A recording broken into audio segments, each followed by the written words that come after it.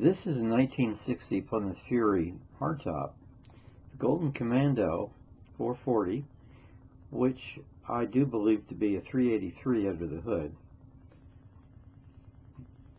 There are a couple levels of Golden Commandos. One involved the 361, one involved the 383.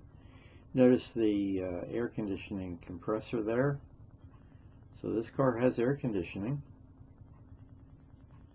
Beautiful front end on these cars. It's still obviously Virgil Exner's influence, but more subdued than previous models, I would say.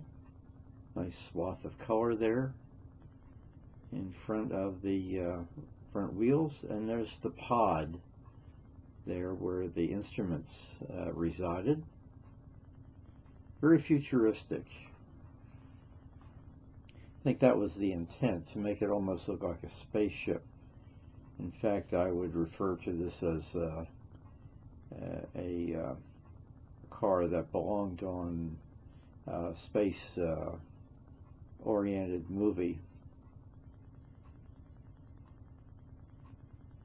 And notice the folding armrest there, which allowed you to have a third passenger there if it were in the upright position.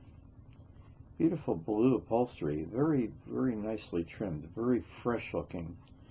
And you notice the materials used. Something that you would use in the household. There's almost a rocket taking off there in that emblem there in the back. Tail lights that are reminiscent of Cadillac, I would say.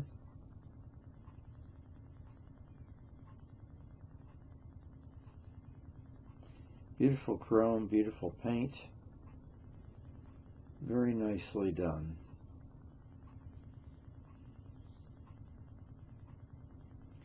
Notice the fender skirts that are chromed.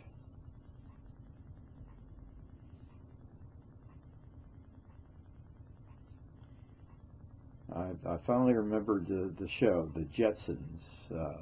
This would go good on the Jetsons.